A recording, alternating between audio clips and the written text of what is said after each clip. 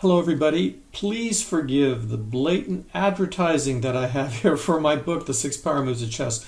But I don't produce enough content to beat around the bush, and I don't know any other way to show you what I put together that I know is the book that Players Below Expert need. So that said, let's get into this game that will demonstrate some of the concepts that you'll be able to use just from this video. This is a game I played against a 2100 something player over 30 years ago who had just drawn the US champion Walter Brown, who's a very famous player. You should look him up. And I'm showing you this position. I'm showing you this game because it illustrates the power moves, and how to really fight in unknown positions. Because this is the problem for players expert and below expert. And it shows you what you can do. So he played c4, I played c5, knight to c3. I'm going to show the computer evaluation. You can see it up here in the upper right corner. And I've got the arrows with the first four best moves. And we'll see how the game goes back and forth and how I basically use the power move concept to outplay my opponent. You need to get good at fisticuffs in chess. This is the reason players really below 2200 are losing at chess. So this game really illustrates how to do that. And what I did, even though I got into a losing position, because like I said, I don't study openings and I didn't study them back then, I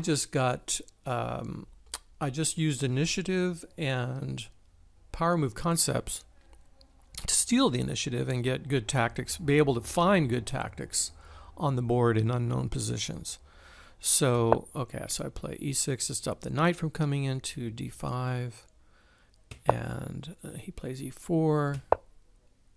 I defend e5, right here, with the knight and the pawn.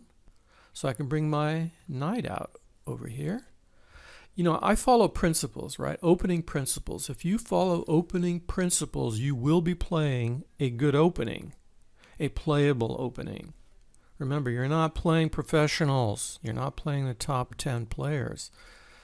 Yeah, so if you just follow principles, it will allow you to make it through the opening against players of equal ability.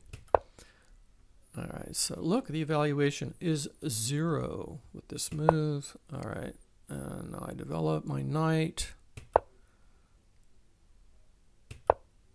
And now I develop my knight to g6.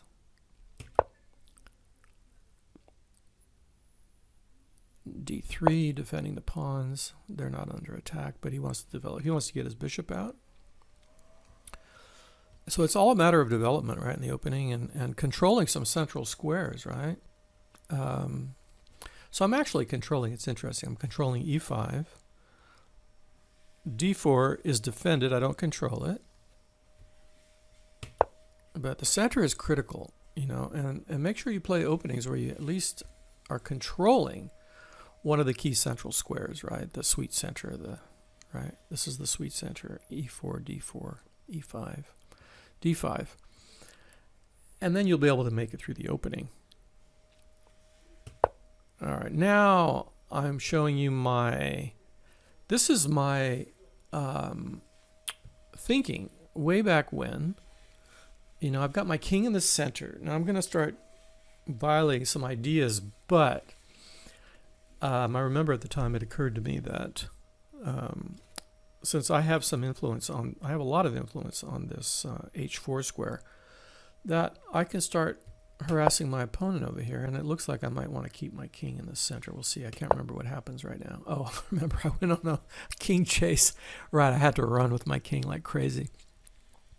All right, so he stops that, yeah, which is a plan. Or he can attack in the center. You notice here the computer wants him to play d4. So you can handle flank attacks with center attacks and center attacks with flank attacks, but the center is always more important, usually more important. All right, so now what do I do? Okay, so I jump in with my knight, and now he comes here. All right, so my general rule of thumb is to chase men out of enemy territory, which is what Karpov suggests. Of course, you have to do that. It has to be correct, right? So the particulars have to match the generalities of chess, right? So I chase him out, and he runs, and then now I'm really aggressive here.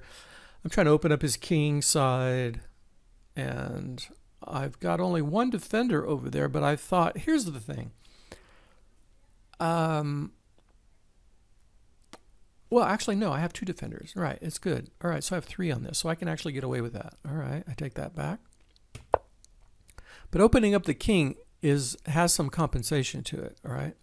So I take, he takes, and I think now I thought I should get my king out of there, and it was probably not the best idea. The evaluation is +1. I'm not losing yet. There's still a lot of play left in the position. He's got two attackers on this pawn, on the h5 pawn. All right, so what do? Yeah, I think I start running here, and that was a bit of a mistake.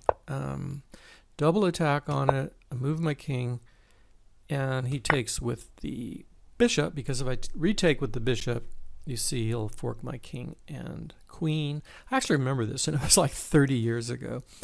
And so I stop this check, right? Little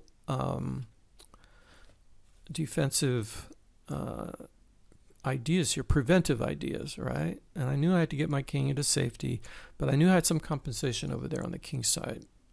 There's still play left in the position, right? It's not completely, he's got to play the right moves, and he doesn't. And I'm telling you this, he was almost a master, and like I said, in the last round he had drawn Walter Brown, who was current U.S. champion at the time. So he's a very good expert, almost a master.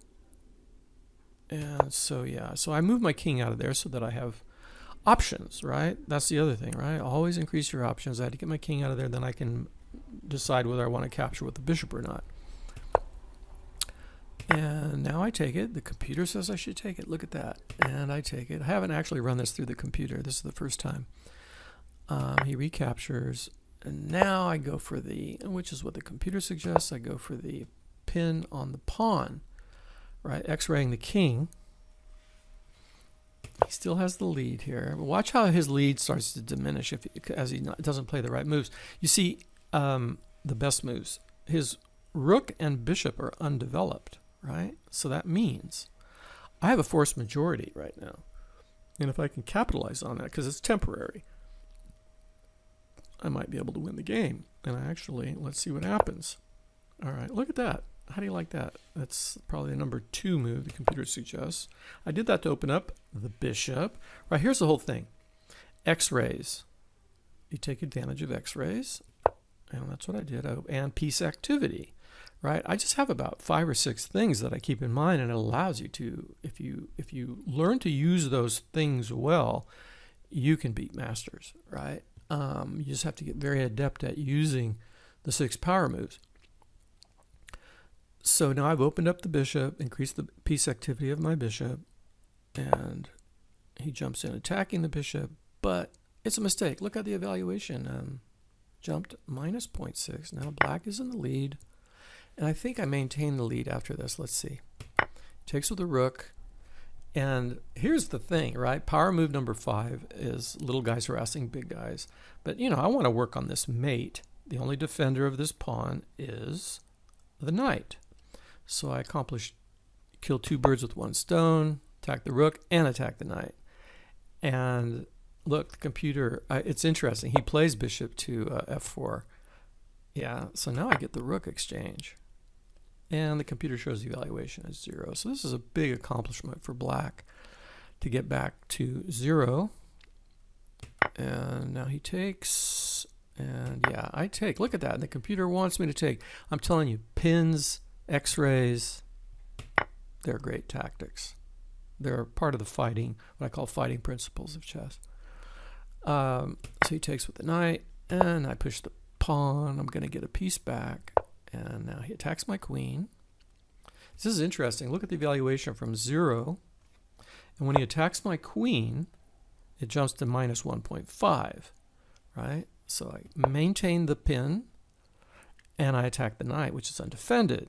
Power move number 3, undefended pieces. And let's see, what does he do? All right, he attacks my queen. I capture. And now his knight is free. Let's see what he does. Yeah, he gets out of the pin. And this shows you the power of the queen here now in this tactical sequence. Now here's the thing. His bishop is x-raying this pawn through to my king, right? And I had to get out of that. But first I checked him. Computer wants me to get out of it. Yeah, no, he wants me to bring the rook up. Anyway, I check him, and then I get out of that pin. Yeah, this x-ray rather, right? This pawn is, yeah, this x-ray against my king. So now my pieces are free. I have options, like I said, increase your options by getting out of these problems to free your pieces so that you can have piece activity. Yeah. So what does he do? Yeah, now he does here. Look, minus 2.6. And now this really shows you the power of the queen. All right, so he's got his 3 pieces here. And so this is fascinating, right? It gives me a whole lot of options. So I attack. I have now a double attack on the knight, 2 attackers on the knight. And I'm attacking the undefended bishop, right? Okay, so this is a gang attack and power move number 3. All right, so how does he handle this? He takes this way. Look at this. What does the computer want him to do? He wants him to defend. See, this is a very tricky tactical sequence here because of the power of the queen, right? And the way the pieces are laid out here. All right, so he takes this way. Now, I remember this actually. So if I take here, which I think is what I do, yeah. Now, and this funny thing is, I have little guy harassing big guy. I have a block, and I think I get a piece now. Watch. He takes, I take, I hit the bishop, and now if he takes, well, he could have taken, let's see, could have taken with the bishop, then I get the knight. If he takes with the knight, I get the bishop, and that's what happened, and I get the bishop.